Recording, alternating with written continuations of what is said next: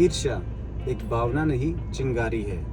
इसकी चपेट में आकर जलती दुनिया सारी है। एक छोटे से गांव में रमेश नाम का एक दर्जी रहा करता था। रमेश उस गांव का इकलौता दर्जी था।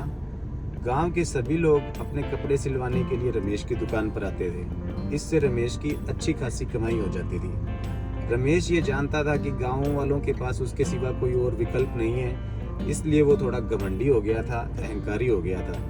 जब भी कोई सिलवाई की शिकायत लेकर उसके पास आता तो रमेश उनसे झगड़ पड़ता, उनके साथ बदसलूकी करता, जिससे कि गांव वाले बहुत परेशान थे।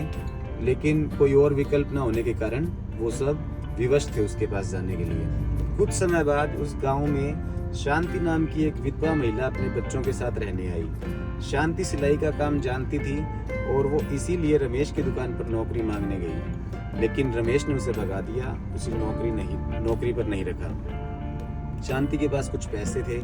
शांति ने उन पैसों से एक कमरा और एक सिलाई मशीन खरीद ली और उसी गांव में एक दर्जी की दुकान स्टार्ट कर दी। शांति सिलाई बहुत अच्छी करती थी और शांति बहुत मिलनसार भी थी। इसी वजह से गांव के सभी लोग धीरे धीरे शांति के पास आने लगे और रमेश की दुकान पर कोई भी नहीं जाता था।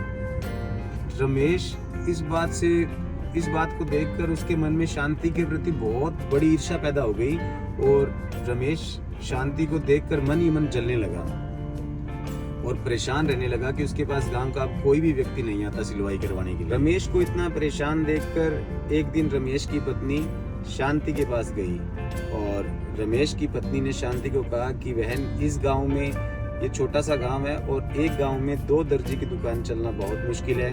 अगर तुम कहो तो मैं तुम्हारी दुकान खरीद लेती हूँ और तुम किसी और गांव में जाकर अपना काम कर सकती हो। रमेश की पत्नी की बात को सुनकर शांति ने हाँ कर दिया और 50,000 में उनका सौदा तय हुआ। रमेश की पत्नी ने शांति को 50,000 रुपए दिए और वो दुकान खरीद ली। उसी शाम को शांति अपने बच्चों के साथ वो गांव छोड़कर चली गई। रात को रमेश ने ईर्ष्या के अंदर, जलन के अंदर आके शांति की दुकान को आग लगा दी। शांति की दुकान को जलता देख रमेश की पत्नी भी आ गई और उसने आकर रमेश से कहा, भी ये तुमने क्या कर दिया? ये दुकान तो हमने आज ही 50,000 रुपए के अंदर शांति से खरीदी थी। ये सब सुनकर रमेश अपना सिर पकड़कर वहीं बैठ गया और उसकी इस हरकत को देखकर गांव वालों ने भी उसकी जमकर पिटाई कर दी।